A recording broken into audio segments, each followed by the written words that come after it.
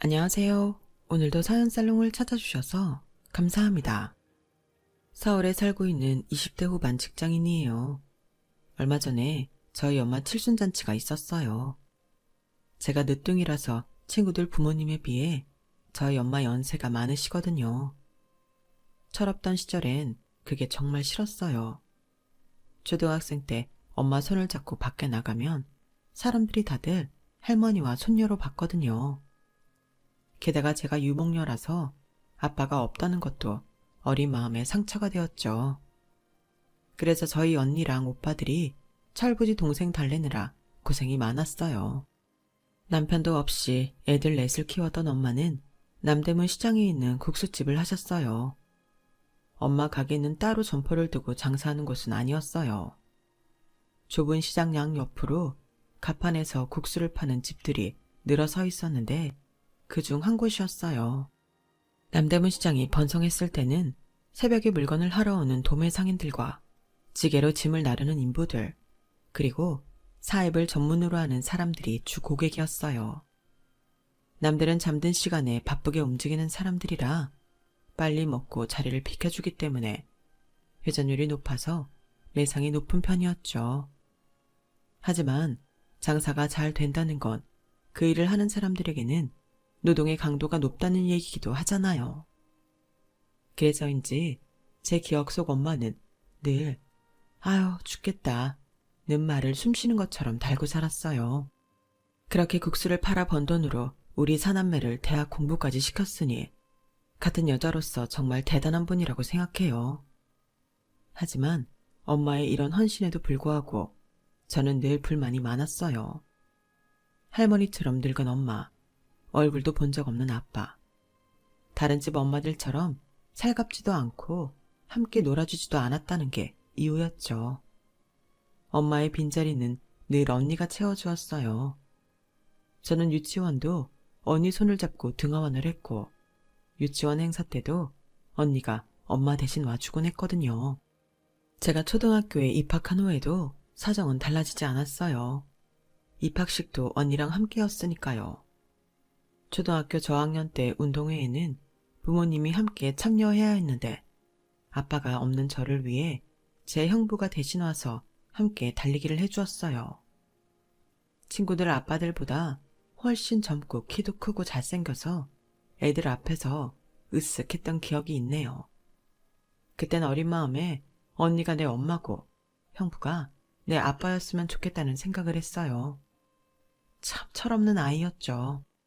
그랬던 제가 사고 없이 무탈하게 자라 번듯한 사회인이 될 수 있었던 건 가족들의 사랑 덕분이라고 생각해요. 엄마와 언니 부부는 물론 두 오빠들도 제 일이라며 만사를 제치고 달려올 정도로 막내 사랑이 지극했거든요. 비록 또래 친구들과는 다른 환경에서 자랐지만 그럼에도 남들 앞에서 주눅들지 않고 당당할 수 있는 이유이기도 하고요. 그런데 딱 한 번 내 처지가 한스럽게 느껴졌던 순간이 있어요. 결혼을 약속한 남자와 그의 집에 찾아갔던 순간이었죠. 다시 떠올리고 싶지 않을 만큼 불쾌한 순간이었지만 그럼에도 이렇게 사연을 보내는 건 이제는 훌훌 털어낼 수 있을 만큼 통쾌한 복수를 했기 때문이에요. 그럼 지금부터 제가 겪었던 파운 스토리를 들려드릴게요. 얘랑을 처음 만난 건 신입사원 연수 때였어요. 저와 얘랑은 연수 기간 중 팀 프로젝트를 함께 하면서 서로를 알게 되었어요. 대학을 졸업하자마자 바로 시작된 사회생활인지라 잔뜩 겁을 먹고 있던 저와는 달리 얘랑은 빡빡한 연수 일정에도 꽤 능숙해 보였어요. 처음엔 입사 동기들보다 나이가 많아서 그런가 생각했는데 좀 친해진 뒤 이야기를 들어보니 회사 생활이 처음이 아니라 그랬더라고요. 얘랑은 대학 졸업 후 모 기업에 입사해서 1년 넘게 직장 생활을 한 중고 신입사원이었어요. 첫 직장에서 배정받은 부서가 적성에 안 맞아서 1년이 넘도록 회사 생활을 했음에도 적응이 안 됐다고 하더군요. 거기다 운도 안 따라서 성격이 개판인 사수까지 만나 죽어라 고생만 하다가 결국 사표를 내고 말았죠. 경력직으로 이직을 하기에는 일한 기간도 짧고 퇴사 이유가 걸려서 신입으로 재취업을 하게 됐다고 하더군요. 남들은 한 번 뚫기도 힘든 취업 전쟁을 2번이나 뚫은 사람이라 그런지 얘랑은 남들과는 확실히 달랐어요. 특히 팀 프로젝트 때 얘랑은 실력이 빛을 발하더군요. 다들 사측에 잘 보이고 싶은 마음이 강했던 터라 팀의 융합보다는 자신이 돋보이려고 돌출행동을 일삼았는데 얘랑이 그걸 다 수습해가며 팀을 온전히 끌어나갔거든요. 얘랑이 아니었더라면 우리 팀은 진작에 공중분해됐을 거예요. 회사가 팀 프로젝트를 시켰을 때는 그럴 만한 이유가 있기 때문입니다. 개인의 능력을 보려고 했다면 팀이 아니라 개인 프로젝트를 맡겼겠죠. 회사가 원하는 건 특출난 인재가 아니라 융화가 잘 되는 인재라는 얘기예요. 보세요. 다른 팀들이 벌써부터 팀원 내 불화로 시끄럽잖아요. 우리 팀이 저들을 이기려면 하나로 뭉치는 방법밖에 없어요. 그때까지 서로 돋보이려 열을 내던 팀원들은 얘랑의 말에 따라 변화된 모습을 보여줬고 덕분에 우리는 팀 프로젝트에서 높은 점수를 받을 수 있었어요. 이제 갓 사회에 발을 내딘 제 눈에는 그때의 얘랑이 아름드리 나무처럼 든든하게 느껴졌죠. 입사 후 반년도 안 돼서 얘랑이 사귀자는 말을 해주었을 때 듣자마자 바로 그러자고 답했던 것도 신입사원 연수 때 얘랑에 대해 좋은 인상을 받았기 때문이었어요. 입사한 지 얼마 안 된 신입 주제에 벌써부터 사내 연애를 한다는 말이 나올까봐 우리는 회사 내에서는 철저히 입사 동기 이상의 티는 내지 않았어요. 그 바람에 같은 부서 여직원들이 얘랑한테 추파를 던지는 것도 꾹 참아 넘겨야 했죠. 그렇게 3년을 비밀에 붙여가며 몰래 연애를 하던 우리는 얘랑과 제가 대리로 진급을 하면서 결혼을 결심하게 되었어요. 어차피 할 결혼이라면 한 살이라도 젊을 때 하자 싶었거든요. 둘이 함께 벌어서 모으면 더 빨리 생활도 안정될 것 같았어요. 결혼을 하기로 마음먹은 김에 그동안 서로 모아놓은 돈을 공동으로 관리해서 대출을 포함해 우리 손으로 구할 수 있는 집을 찾아보기로 했어요. 그때까지만 해도 우리 결혼이 쉽게 이루어질 줄 알았거든요. 둘 다 결혼 정년기에다 직장도 있으니 딱히 반대를 할 이유가 없었으니까요. 어쩌면 너무 쉽게 우리 집에서 결혼 승낙을 받아서 결혼 자체를 간단하게 생각해서 그랬는지도 모르겠네요. 우리 엄마와 언니 오빠들한테 환대를 받은 얘랑은 들뜬 마음에 그랬는지 자기 집에 인사를 드리러 가기도 전에 결혼 생활에 대한 청사진부터 펼쳤어요. 일단 아이는 결혼하고 2년쯤 뒤에 갖는 걸로 하자. 너도 나도 이제 막 진급을 했는데 바로 애를 가지면 네 커리어에 문제가 되잖아. 그쯤 되면 너도 입사 경력 5년 차니까 육아하면서 1, 2년 쉰다고 해도 이직에 큰 어려움은 없을 거야. 어머? 무슨 계산이 그래? 그럼 나보고 경단녀가 되라는 거야? 그건 싫어. 1년이고 2년이고 간에 회사를 쉬는 순간부터 여자는 직장에 돌아갈 확률이 50% 이하로 뚝 떨어진다고.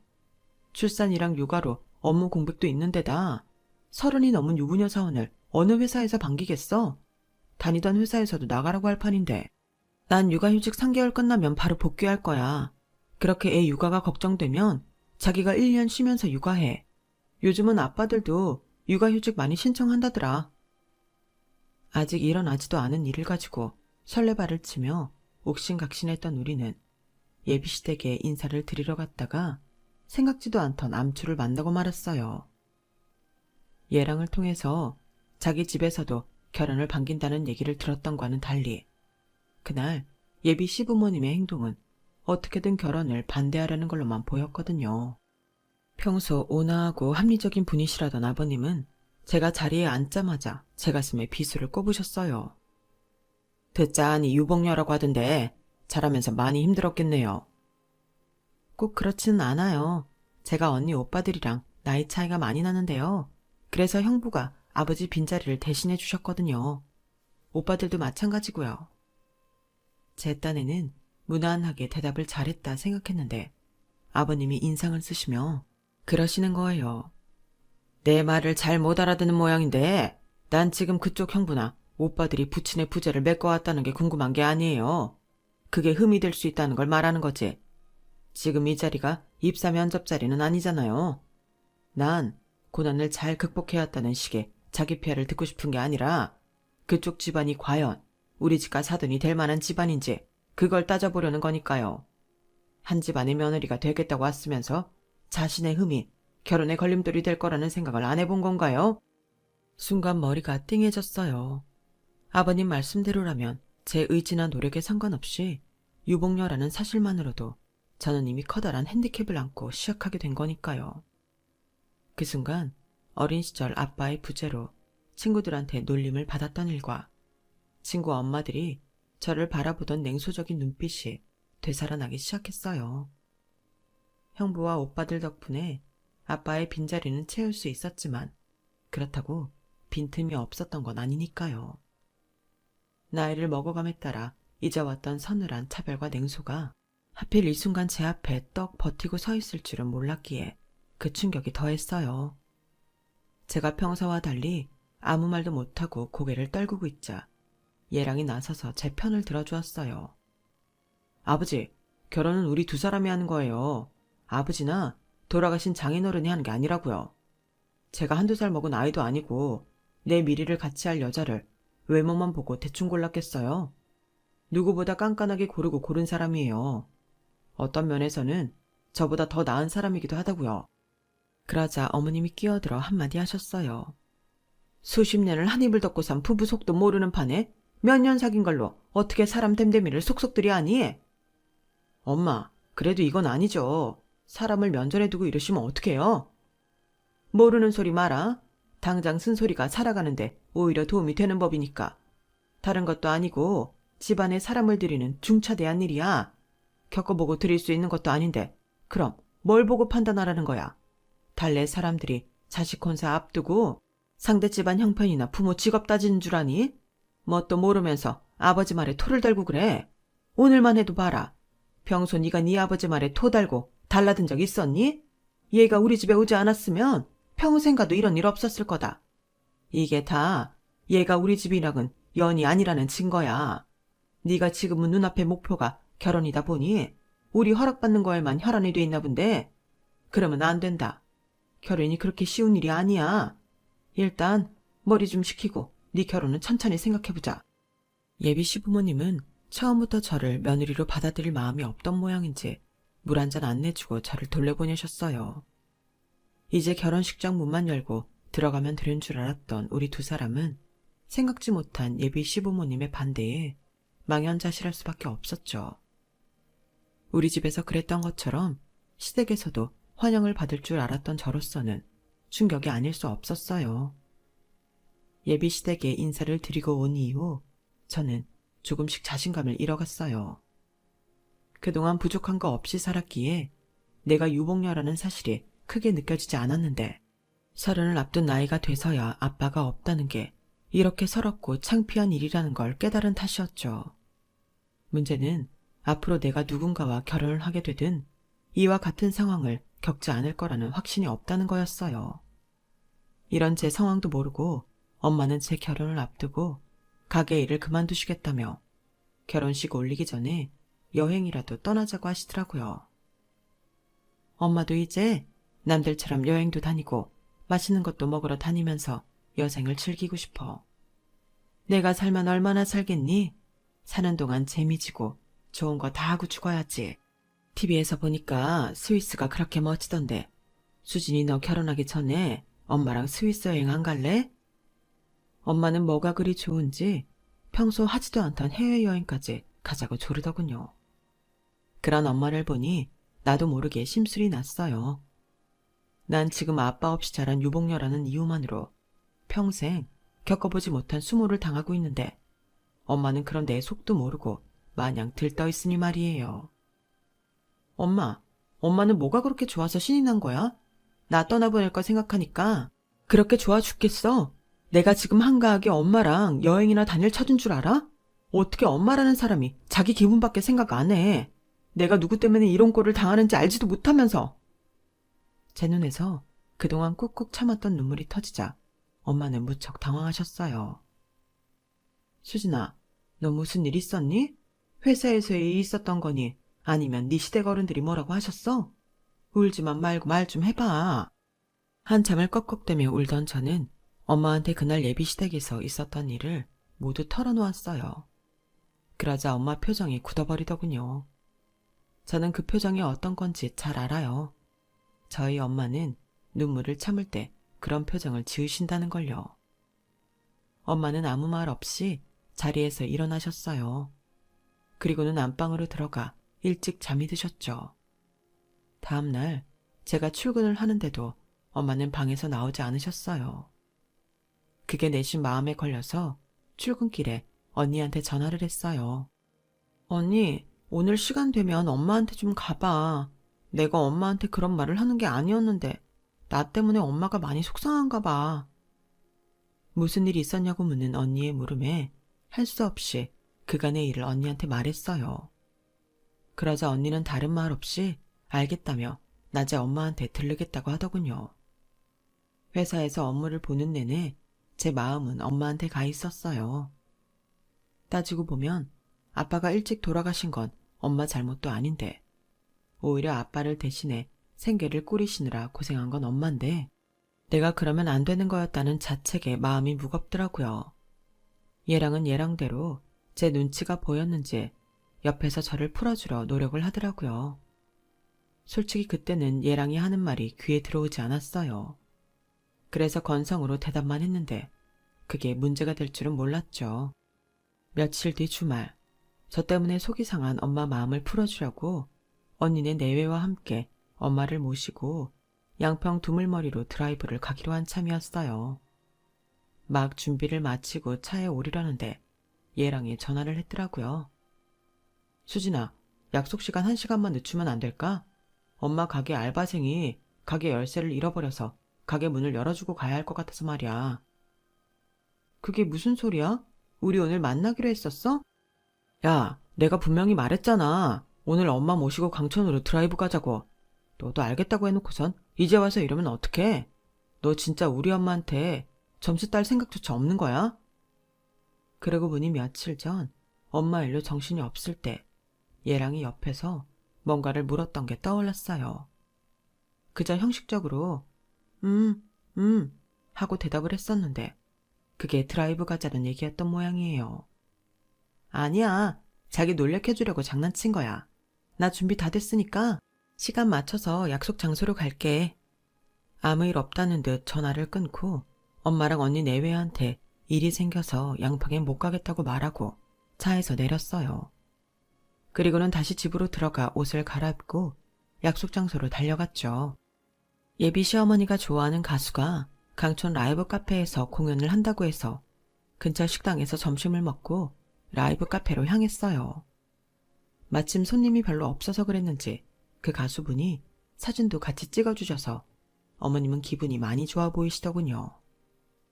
저는 어떻게든 점수를 따볼 생각에 혼신의 힘을 다해 사진을 찍어댔고 그 결과물에 어머님도 많이 흡족해 하셨어요. 네가 딴 건 몰라도 사진은 좀 찍을 줄 아는구나.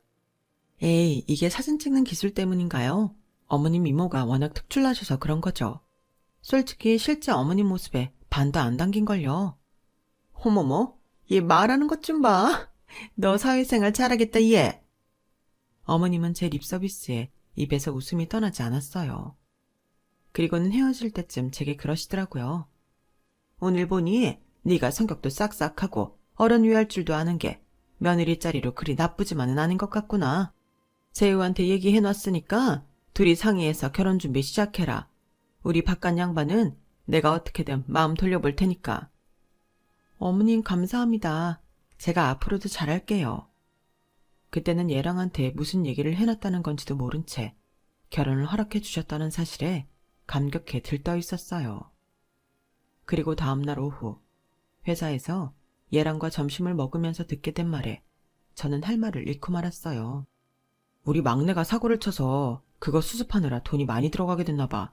말로는 아니라고 하시는데 우리 결혼 반대하신 것도 결혼 자금 대주실 여력이 안 되셔서 그런 것 같아. 아, 그 자식은 하필 이럴 때 사고를 쳐서는. 어차피 우리 돈으로 하기로 한 거였잖아. 대학까지 보내주셨으면 됐지. 자식 결혼까지 부모님이 책임질 필요 있나? 그게 말이야. 문제는 동생이 낸 사고 수습을 하는데 생각보다 돈이 많이 들어가서 내 돈도 좀 들어가야 할 것 같아. 한 7천 정도 내가 보태드려야 할 것 같다고 하시더라고. 뭐? 그럼 집은 어떻게 구해? 가진 돈도 모자라서 대출까지 풀로 받아야 할 판인데 막내 동생이 고등학생이라고 하지 않았어? 고등학생이 사고를 쳤으면 얼마나 큰 사고를 쳤길래 돈이 그렇게 들어가? 여러분도 뉴스를 통해 들어보셨는지 모르겠지만 요즘 학생들 사이에서 불법 도박이 극성이라네요. 얘랑의 막내 동생도 친구들을 따라 호기심에 용돈으로 스포츠 도박을 시작했는데 이게 돈을 좀 따게 되니까 돈 욕심이 생긴 거죠. 그래서 사채까지 끌어다 도박을 하기 시작했고 그게 승률은 떨어지는 데다 빌린 돈의 이자는 하루가 다르게 붙어서 몇백만 원이 순식간에 몇 억이 되어버린 거예요. 더는 자기 선에서 해결이 안 되니까 부모님께 이실직고를 한 거죠. 고등학생 막내 아들이 벌인 일이라고는 믿어지지 않을 엄청난 규모의 빚 앞에서 예비 시부모님은 억장이 무너지는 심정이었을 거예요. 그리고 그 여파로 저 역시 그렇게 되었고요. 자기 동생 정말 미친 거 아니야? 나이도 어린 녀석이 할 게 없어서 도박을 해? 나도 그 소리 듣고 미치는 줄 알았어. 세상이 어떻게 돌아가려고 이러나 몰라. 아무튼 수진아, 내 동생 일로 너한테 피해줘서 미안해. 그래도 어쨌든 내 동생인데 빚은 갚아줘야 하지 않겠니? 그러니까 우리 결혼은 좀 천천히 하는 걸로 하자. 준비도 안 된 상태에서 덜컥 결혼식만 올렸다가는 오히려 더 힘들어질 것 같거든. 남편 입장을 모르는 건 아니지만 이런 일 때문에 결혼을 미루는 건 마음에 들지 않았어요. 우리가 세워둔 계획이 모두 허사가 되는 거니까요. 그래서 일단 집 문제는 우리 엄마한테 도움을 받아보겠다고 했어요. 저를 통해 시댁 사정을 전해 들은 엄마는 안 그래도 저 시집 보낼 돈을 따로 모아두셨다며 모자란 돈은 엄마가 보태주겠다고 하셨어요. 그래서 그 일도 전할 겸 주말에 예비 시댁으로 찾아갔어요. 처음 이 집을 찾아왔을 땐 물도 안 내주고 냉대를 하셨던 시부모님은 저희 집에서 신혼집 구하는데 돈을 보태주기로 했다니까 태도가 확 변해서는 너무도 살갑게 대해주시더라고요. 시어머니는 갈비찜까지 해주시면서 살뜰히 저를 챙기셨어요. 그날 집에 있던 대학생 시누이를 처음 보게 되었는데 딸이라 그런지 아버님한테 엄청 애교를 부리더라고요. 제 앞에서는 내내 딱딱하게 구시던 아버님도 딸의 애교 앞에서는 사르르 녹아서는 딸바보가 되셨어요. 그런 부녀의 모습을 보니 부럽기도 하고 가슴 한구석이 찌릿하더라고요. 예비 시댁에서 돌아오는데 그날따라 그렇게 속이 허전한 거예요. 우리 아빠도 살아계셨으면 나를 무척 예뻐하셨겠지? 막내딸 씨 보내기 싫다고 사윗감한테 괜히 곤조도 부리셨을지 몰라. 생각이 거기까지 미치자 울컥 하더라고요. 그래서 모처럼 형부한테 전화를 했어요. 제게는 아빠 같은 분이라서 형부 생각이 났거든요. 형부한테 술 한잔 사달라고 했더니 지금 어디냐고 물으시곤 슬리퍼 바람으로 당장 달려나오시더라고요. 형부랑 같이 동네 치킨집에 들어가 맥주를 마시는데 그제야 기분이 좀 나아지더라고요. 우리 처제가 술 사달라는 말도 다 하고 이제 정말 다 컸네. 처음 봤을 땐 내 허리밖에 안 왔었는데 말이야. 그때 처제가 초등학교 1학년 운동회 때였던가? 나랑 손잡고 달리기 하는데 내 손을 꼭 잡은 고사리 손에 그렇게 가슴이 떨릴 수가 없었어. 아빠 대신 형부 손을 잡고 달리는 이 아이가 가엾기도 하고 이 어린 게 분명히 가슴에 맺힌 것도 많을 텐데 내색 않고 씩씩하게 구는 게 너무 기특했거든. 그래서 그때부터 난 처제를 내 딸이다 생각하고 살았어. 잘 커져서 고마워 처제. 아우 내가 늙었나 봐. 요즘엔 자꾸 이렇게 눈물이 나네. 처제 결혼식장에 내 손잡고 들어가는 거다. 알았지? 형부는 냅킨으로 연신 눈물을 찍어내면서도 제 결혼식 신부 입장 때 옆자리는 자기 차지라며 이 자리에서 확실히 약속하라고 닥달하셨어요. 애초에 저도 형부 손을 잡고 식장에 들어갈 생각이었지만 일부러 형부 약을 올리면서 큰오빠 손을 잡고 들어가겠다고 어깃장을 놓았죠. 그렇게 형부랑 맥주를 마시고 나니 답답했던 마음이 뻥 뚫리는 것 같았어요. 처제, 잘 살아야 돼. 시댁이고 신랑이고 처제 힘들게 하면 언제든 나한테 말해. 내가 가만 안 둘 테니까. 난 언제나 처제 편인 거 알지? 알죠. 아, 우리 엄마가 형부 반만 닮았으면 좋겠어요. 가끔 보면 우리 엄마가 내 친엄마 맞나 싶어요. 입학식 때도 한 번 안 오고 졸업식 때도 그렇고 내 결혼식 때는 올라나 모르겠네. 아, 가게 그만뒀으니까 이번엔 오겠네요. 이젠 가게 때문에 바쁘다는 핑계도 못 댈 테니까. 장모님이 그러셨던 건 처제에 대한 나름의 사랑 때문이었을 거야. 네? 아니 그렇게 딸을 사랑하면 중요한 날에는 함께 해야 하는 거 아니에요? 형부가 몰라서 그러는데 우리 엄마는 막내딸 입학식 졸업식보다 돈이 더 중요한 사람이라 그런 거라고요. 제 말에 형부는 잠시 술잔을 내려다보시더니 그러시더라고요. 장모님도 가고 싶으셨을 거야. 그런데 장모님이 가시면 처제 친구들이랑 엄마랑 많이 비교되고 그래서 처제가 마음 상할까봐 피하셨던 거지. 기억 안 나? 처제 어렸을 때 장모님 손잡고 밖에 나가면 할머니랑 손녀딸이라는 소리 많이 들었다며. 그래서 우리 와이프가 대신 처제 데리고 다녔다던데. 그 말을 듣고 보니 기억이 났어요. 언젠가 엄마가 유치원에 저를 데리러 온 적이 있었는데 제 친구 엄마가 그걸 보고는 수진이 할머니세요? 라고 물어서 제가 엄청 울었거든요. 그때 제가 엄마한테 앞으로는 유치원에 찾아오지 말라고 울먹이면서 소리쳤는데 그 때문이었나 봐요. 엄마가 제 입학식과 졸업식에 오지 않은 건요. 모든 게 다 나 때문이었는데 난 그것도 모르고 엄마 탓을 했다니. 처제는 장모님이 쉬는 날도 없이 억척스럽게 돈을 버신 이유가 뭔 줄 알아? 혹시라도 어린 처제 남겨두고 먼저 세상을 떠나시게 될까봐 한 푼이라도 더 벌어두고 가시려고 그러신 거야. 옆에서 오래 지켜줄 수 없다면 최소한 막내딸이 사는데 도움이 되도록 돈이라도 많이 남겨주고 가시라고 그러신 거지. 처제가 결혼한다고 하니까 그제서야 장모님이 일 그만두신 거 봐. 이제는 처제 옆을 지켜줄 사람이 생겼으니 안심이 되셨던 거지. 부모 마음이 다 그런 거야. 그날 형부랑 맥주를 마시면서 나눈 얘기 덕분에 저는 가족들의 사랑을 다시금 느낄 수 있었어요. 아빠의 부재로 가슴이 허할 틈 없이 엄마와 언니 형부랑 두 오빠가 늘 제 곁에서 빈틈을 채워주고 있었다는 걸요.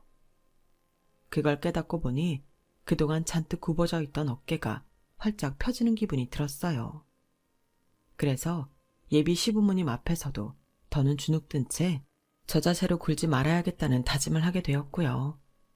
그러던 차에 결정적인 사건이 일어난 거예요. 상견례 날을 앞둔 어느 날이었어요. 언니가 회사 근처에 일이 있어 왔다며 같이 점심을 먹자고 하더라고요. 얘랑이랑 같이 나가겠다고 했더니 한사코 저 혼자 나오라더군요. 언니랑 회사 근처에서 점심을 먹고 차를 마시는데 언니가 제 눈치를 살피면서 그러는 거예요. 너희 시댁 사정이 그렇게 안 좋니? 막내 시동생 문제 때문에 그런가 싶어서. 막내 시동생이 사고를 쳐서 그렇지 뭐. 얼추 다 수습됐다니까 별 문제 없을 거야. 수진아, 내가 말을 할까 말까 망설이다가 너도 알아야 될 것 같아서 오늘 온 거야. 너희 시부모님 말이야. 우리 그의 지점에 와서 대출 부탁을 하고 갔다나 봐. 네 형부가 널 좀 예뻐하니? 사돈지간이기도 하고 너 생각해서 어지간하면 해주려고 했는데 신용 등급도 그렇고 네 시아버지 경우는 직장도 없어서 대출이 힘든가 봐. 네 형부 돈이면 어떻게든 대출을 해주겠지만 은행 돈이잖니. 그래서 그이가 직접 대출 불가 연락을 해드렸는데 네 시어머니가 그러더라는 거야. 이 정도 힘도 안 되는 사돈이라면 굳이 이 결혼 진행해야 할지 모르겠다고. 혹시 네 시댁에서 별말 없었니? 그 말을 듣는데 피가 거꾸로 솟는 것 같았어요. 아니, 자기들이 뭔데 내 형부한테까지 그런 압박을 가하나 싶은 게 이대로 두면 안 되겠다 싶더라고요. 그래서 그날 당장 퇴근길에 얘랑과 함께 예비 시댁으로 갔어요. 그랬더니 평소랑 다르게 저를 대하는데 찬바람이 쌩쌩 불더라고요. 그리고는 마치 맡긴 돈 달라는 식으로 말도 안 되는 혼수에 예단비를 요구하지 뭐예요. 제가 아무 대답도 않고 입을 꾹 다물고 있자 시어머니가 먼저 말을 꺼냈어요. 왜? 고작 이 정도도 힘드니? 그럼 니네 잘난 형부한테 부탁이라도 해보렴. 은행 부지점장까지 하는 양반이 처제 결혼하는데 이 정도도 못 해주겠어? 뭐, 정 못하겠다면 나도 더는 이 결혼 진행할 생각 없다.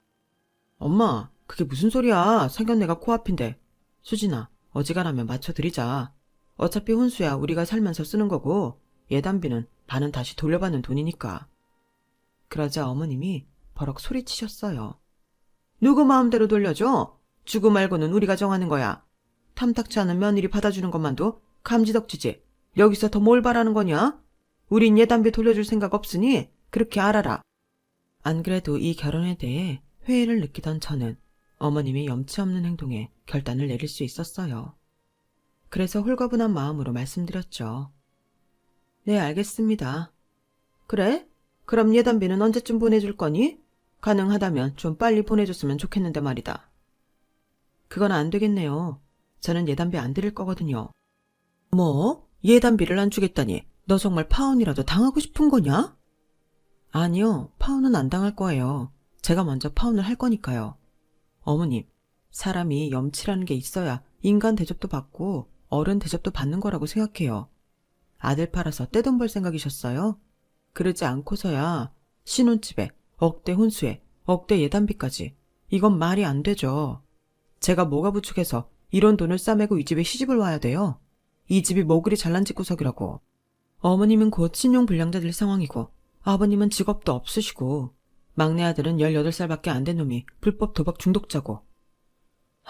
누가 들어도 답 없는 집구석인데 미쳤다고 제가 이런 집에 며느리로 들어오고 싶겠어요?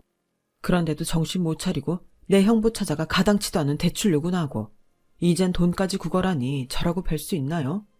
안 그래도 구질구질해서 마음 떠난 와중에 이렇게 염치 없이 미친 요구를 하시니 내가 파혼해드려야죠. 안 그래요? 그러니 파혼하겠다고요, 제가. 뭐가 어쩌고 어째? 애비도 없고 시장에서 국수나 파는 애미 밑에서 자란 주제에 어디 잘난 척이야. 우리 집이 어려워지지만 않았어도 너 같은 걸 집안에 들이기나 했을 것 같아. 어디서 시건방이야. 어머님, 많이 쫄리시나 봐요. 이젠 대놓고 밑바닥까지 다 까시는 걸 보니까요. 네, 어머님 말대로 저는 아빠도 없고 시장에서 국수 파는 엄마 밑에서 자랐지만 그럼에도 불구하고 이런 집구석은 사절입니다. 저도 안 오겠다는 어머님 며느리 짤이 올 사람이 있을지는 모르겠지만 그래도 혹여 누군가 오게 된다면 그땐 제발 인간답게 구세요. 너무 후져서 정이 확 떨어지니까요. 재우씨, 우리 인연은 여기까지인가 봐. 그래도 자기 말 듣고 회사에 우리 사귀는 거 알리지 않은 건 다행이라고 생각해. 그러니까 지금까지 그랬던 것처럼 회사에서도 친한 척은 하지 말자. 그렇게 저는 파혼 선언을 하고 예비시댁을 나섰어요. 그리고 1년이 지난 지금 생각지도 못한 상황에 맞닥뜨렸지 뭐예요. 저희 엄마 건물 1층에 새 들어있는 세입자가 반년 가까이 월세도 밀리고 보증금도 다 까먹었는데 가게를 안 비운다고 해서 엄마랑 같이 찾아갔는데 글쎄 그 가게 주인이 전 예비 시어머니지 뭐예요. 아니 네가 여긴 왜 왔니? 왜? 내 아들 못 잊어서 이제라도 사과하러 온 거냐? 그런 거라면 그 사과 안 받을란다. 그러니 당장 내 가게에서 나가. 이게 왜 아주머니 가게예요? 보증금도 다 까먹었고 월세까지 밀려있는데 건물주 가게지. 이 건물 우리 엄마 거예요. 세입자로 들어온 지 3년이 넘도록 월세 한번 제때 낸 적 없는 세입대가 있다고 해서 도대체 어떤 사람인가 했더니 그게 아주머니였다니. 뭐? 아주머니? 너 말 다 했어? 어따 대고 아주머니야? 그럼 아주머니를 아저씨라고 불러요? 이젠 우리가 아무 사이도 아닌데 왜? 돈 싸들고 오는 호구 며느리를 아직도 못 구한 모양이죠? 난 또 그렇게 우리 집 무시하며 잘난 척을 하길래 얼마나 대단한 집안인가 했더니 시장에서 국수 팔아 번 돈 우리 엄마 건물 세입자였네요. 뭐 이제는 그나마도 강제집행 당해서 내쫓기게 됐지만요. 엄마 이럴 줄 알았으면 계약기간 끝났을 때 바로 내보낼 걸 그랬어. 괜히 마음 약한 우리 엄마가 온정을 베푸는 바람에 이 사람들 좋은 일만 시켜줬잖아. 엄마 이 사람이 나 아빠 없다고 구박하고 엄마가 시장 바닥에서 국수 판다고 무시했던 재우씨 엄마야. 그 말에 엄마는 얼굴이 무섭게 굳어졌어요. 그리고는 길게 말할 거 없다시며 언제까지 가게를 비우라는 최후 통첩을 하시곤 뒤도 안 보고 가게를 나오셨어요. 전 예비 시어머니는 그런 저희 엄마를 보고는 달려나와 몇 달만 말미를 달라고 통사정을 했지만 그 말이 먹힐 리가 없었죠. 자신이 오랜 세월 시장에서 어렵게 장사를 한 탓에 세입자 사정 다 봐주고 월세도 싸게 내놓고 월세가 밀려도 닥달 한 번 안 했던 엄마지만 내 자식 눈에서 눈물 뺀 인간한테는 일말의 동정도 베풀지 않았으니까요. 결국 일주일 뒤 전 예비 시어머니가 하던 등산복 매장은 깔끔하게 비워지고 말았어요. 그 후에 그 집 소식은 들은 바가 없어서 잘 모르겠지만 회사에서 들리는 소문에 의하면 얘랑네 집이 지방 어디로 이사를 가서 얘랑이 입사 동기 집에 얹혀 지낸다고 하더군요. 얘랑을 생각하면 안 됐다는 생각도 들지만 그래도 내 부모 무시하던 걸 생각하면 아주 쌤통이다 싶더라고요. 주는 대로 받는다는 말이 그런가 봐요. 저도 사람한테 잘하며 열심히 살아야겠습니다. 지금까지 제 사연을 들어주셔서 감사합니다. 들어주신 분들, 옆에 계신 소중한 분들과 행복하세요. 여러분, 사연 댓글에 응원과 현명한 조언 부탁드려요. 좋아요와 구독은 저에게 큰 힘이 됩니다. 오늘도 좋은 일 가득하세요.